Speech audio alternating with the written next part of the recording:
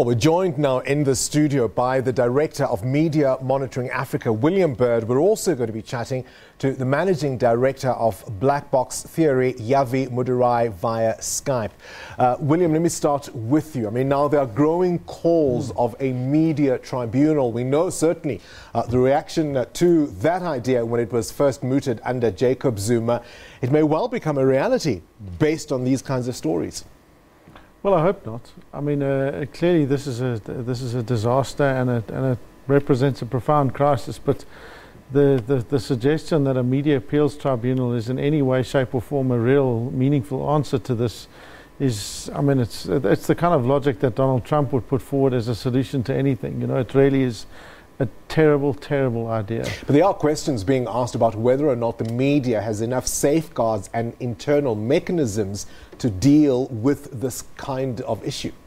Yeah, sure. And I think that there's a lot, and people are right to be extremely angry about this. And I think we need to remember it wasn't just one story or two stories, but a string of stories that shows that media were complicit in perpetuating a particular theory and idea around what was going on. And it wasn't just the Sunday Times that was fooled. For them to have won awards, it was a whole lot of other people that were taken in by this particular plan as well. Now, addressing that does represent a significant problem for us. And I think that there are a number of things that need to be done in this. I think for starters, we need to understand, not just have an apology, and not just an apology to each individual who was harmed by these particular stories, but that we need to actually understand what happened, how and where. We need the gory details of that kind of thing to be made clear, and to then understand what they're going to do to make sure that that sort of thing can't happen again. Yavi, let me bring you in on this conversation. I mean, we've seen 2 apologies in 2 weeks by the Sunday Times. Is it enough for the current leadership to apologize? Is it enough to simply hand over the awards and the rewards for those stories? I think in a time of social media and you know, immediate gratification when news moves in real time, we've got to understand that the journalism industry as a whole, and I speak, you know, from an outside perspective, is that there's got to be much more focus in making sure that things are done correctly, whether intentionally or unintentionally. You've got to make sure that these things happen in a way where you can't be caught out. I mean, really, even if you try to, the world of social media doesn't allow us. It puts a magnifying glass on anything and everything. So the world that we currently live in, it's not acceptable by any stretch of the imagination, just under normal circumstances. But in this particular case, and the world that we currently live in, we've got to take that into cognizance and make it understandable to all that your role as a journalist is there to provide added value, to be able to take journalism to the next level and not just be, you know, part of citizen journalism. Yavi, let's contextualize this in the era of fake news. I mean, we've seen this kind of thing be quite dominant, certainly on social media, but the idea that traditional news media are also being pulled along is certainly worrying, isn't it? It absolutely is. And obviously the idea or the concept of fake news came about a couple of years ago when we understood exactly what was going on and why and how people were sharing pieces of information, being captivated by, you know, salacious headlines and sharing things without double checking and checking to see the credibility and, you know, the story goes on.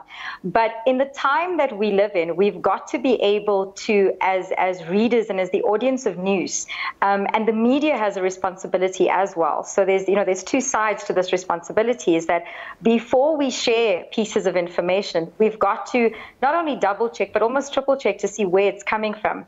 There have been instances where credible news outlets, you know, and I'm not specifically referring to the Sunday Times issue now, has gone on to report on things that have not necessarily been 100% true and then created retractions. So the issue at hand is, what does that mean for journalism in the current age and moving forward? And what is the value that they add in terms of news and information broadcast?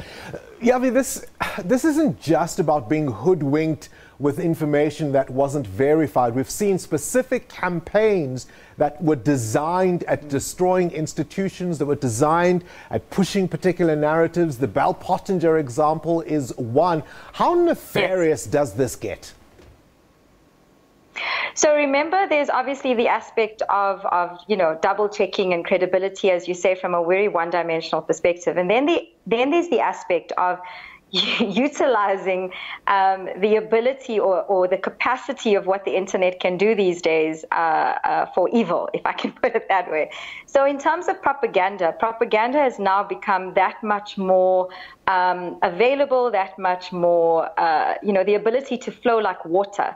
So while there was always propaganda before the world of digital and online and social came into our lives, the aspect of it now that we need to look at is the fact that it flows so much, so easily, so freely, and so much in real time. So yes, we have to look at it from the perspective of how does that affect what we take in terms of the information that we allow to influence us, the information that the media puts out and has the ability to influence.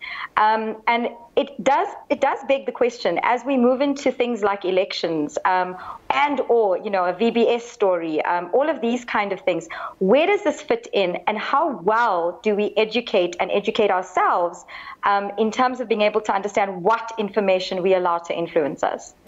William, Yavi makes an excellent point. We've got elections coming up. Listen, there are real consequences for these stories. We saw in that earlier clip not only ruined lives, but the institutions that those people worked for have been compromised, if not even destroyed, some will argue.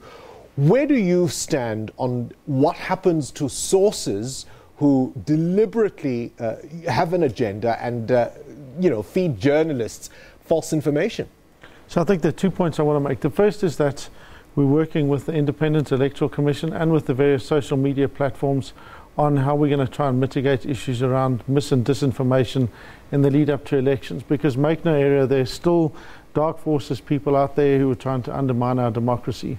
When it comes to the issue of sources, the general rule is you want to protect a source if they're giving you information and they may be exposed to significant harm in some way, shape or form if you reveal their identity, and that they give you that information on the understanding that they remain anonymous. Now, in this instance, they did this, but they did it with a deliberate goal of misleading and misinforming not only the Sunday Times people, but the public of South Africa.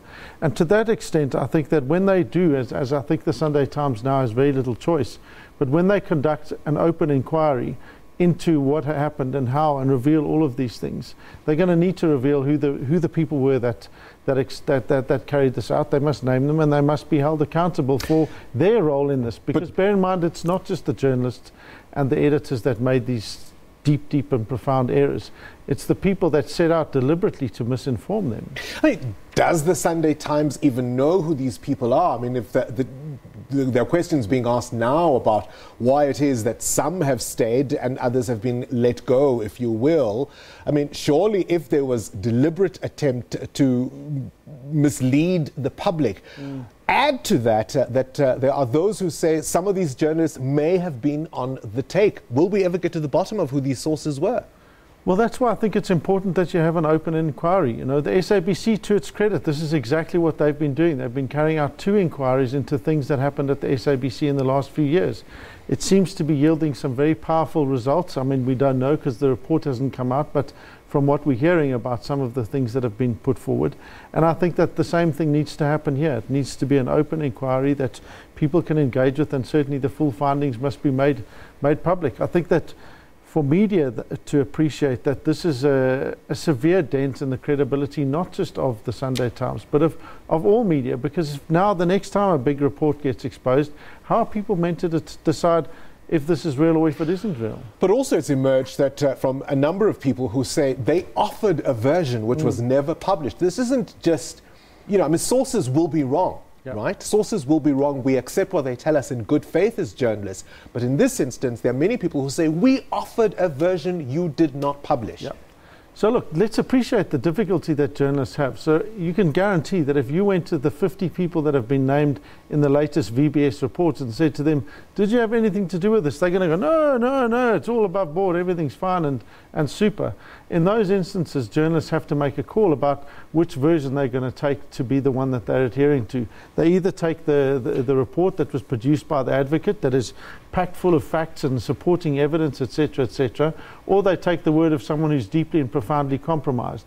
Now again, we don't know what happened in this story, so it may well be that they were of a view, and it's got to be something fairly compelling. Again, as I said, it wasn't just one story. They've given photographs. They've said I wasn't there. You said I was. They've pushed back against some of that detail. But as we wrap up our conversation, Yavi, let me ask you a final question for you. I mean, the speed with which so many credible and established news media seem to want to compete with digital media in the age of breaking news, 24-hour news cycles. There is room for us to pause and reflect about the work that we do, isn't there? I think it's more than room, Bongani. I think it's very much a requirement. I think it's the changing of times and the way. So from a digital transformation perspective, the word transformation being key is that there's a changing of the guard, so to speak. There's a way of being able to understand how news gets disseminated and how it influences, most importantly, and where you want to be and where you have to be and how you are there is the determining factor. So you don't have to be somewhere you don't or you can't manage to be because you should. You should be doing it because it's being done in the right way. So I think from a digital perspective, and I see it constantly, it's not only from a news or journalism industry perspective, is that, oh gosh, we've got to be there. It's more a case of how do we be there and how do we make sure that all of our gaps are closed, and how do we actually portray and understand that the world going forward is part of our agenda, and how do we bring that in terms of it's not just about dissemination of news, it's a conversation more than anything else. All right, William, finally, I mean, this isn't rocket science, though, in one sense. I mean, corroborating information, questioning the motives of sources, making sure that you're on the right side, and obviously having checks and balances within newsrooms. This isn't rocket science. We've always known this. Yeah, I mean, I think if we had R2 for every time you told someone to do their bloody job properly, we'd be millionaires by now, and I guess that this is partly what's happened here. Again, I think that there's likely to be things that we really need to be exposed to understand quite how this happened, not just once, but over a series of occasions, and that suggests systemic failures within the system, and that a lot of people were fooled. Lots of unanswered questions, including, of course, how some of those journalists, having previously been dismissed, were brought back to the Sunday Times. But we'll have to leave it there. We've run out of time. I do also want to let you know we did reach out to a number of those who've been implicated, including Mzilakazi wa Africa, Rob Rose, certainly the Sunday Times editor himself, Bongani Sikoko. They were not available to join us this evening. So all of them, Stefan Hofstadter as well, we approached them. We wanted them to be part of this discussion, and really what's facing journalists, what's facing the media is that clean up your house, get it in order, or it may be done for you. These are certainly interesting times. So that was the Director of Media Monitoring Africa, William Bird, and Black Theory Managing Director, Yavi Madurai. We'll take